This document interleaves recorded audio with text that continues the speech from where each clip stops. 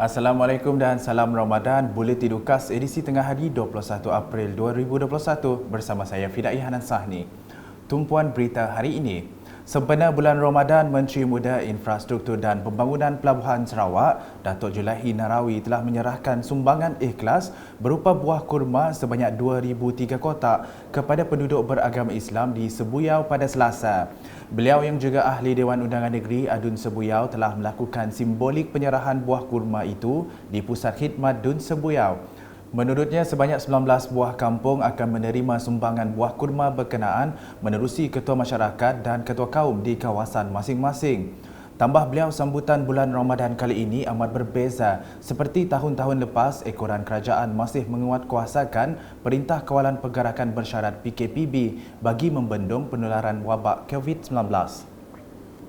Seterusnya di Daro, Adunnya Safi'i Ahmad mengambil pendekatan tersendiri untuk memastikan projek transformasi luar bandar RTP memberi impak kepada rakyat menerusi perbincangan dan mesyuarat.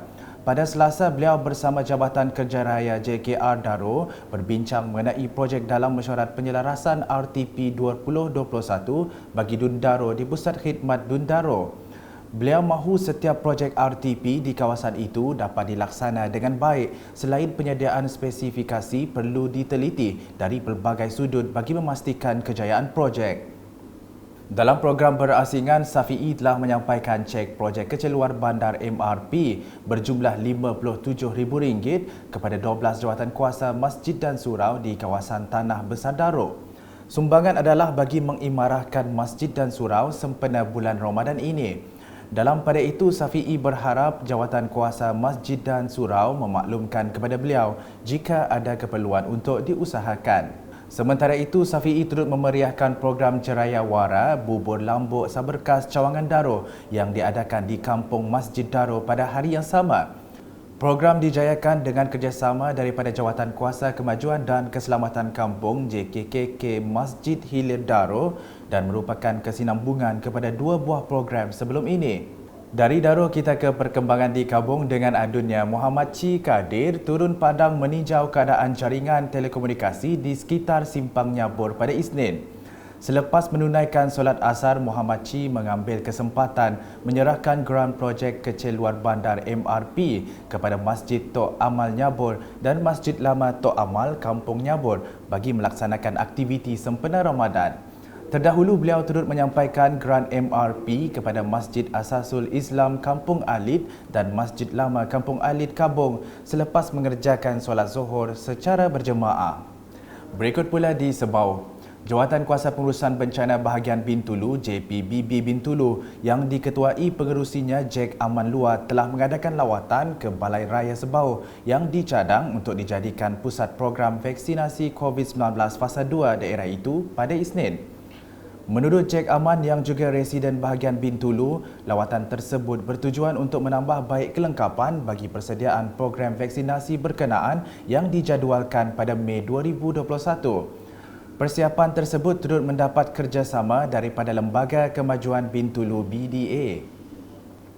Selanjutnya, seramai 1,300 orang penduduk Kampung Tanjung Bundung Fasa 1 menjalani ujian pengesanan COVID-19 bermula Isnin hingga Selasa. Pegawai Kesihatan Bahagian Semarahan Dr. Joyoki Chen berkata, kebanyakan yang menjalani ujian pengesanan tersebut hanya melibatkan rumah-rumah yang berdekatan dengan kes sahaja. Sehubungan dengan itu, beliau meminta agar semua penduduk hadir dan memberikan kerjasama di Pekarangan Surau Darul Ukhwah Kampung Tanjung Bundung Fasa 1 untuk melakukan ujian pengesanan COVID-19 tersebut bagi mengekang penularan wabak COVID-19 ini. Sementara itu, tinjauan pada Selasa mendapati keadaan adalah terkawal di mana penduduk memberikan kerjasama serta mematuhi prosedur operasi standard SOP yang telah ditetapkan semasa pelaksanaan ujian pengesanan COVID-19 dilakukan. Difahamkan seramai 32 orang petugas dari Pejabat Kesihatan Bahagian Semarahan ditugaskan untuk melakukan ujian pengesanan COVID-19 sepanjang tempoh 2 hari itu. Sekian edisi tengah hari bersama saya Fidai Hanan Sahni dan kru penerbitan. Berita lebih lanjut boleh didapati di semua platform media sosial UKAS termasuk portal ukas.sarawak.gov.my dan pastikan anda subscribe UKAS channel di YouTube. Salam UKAS.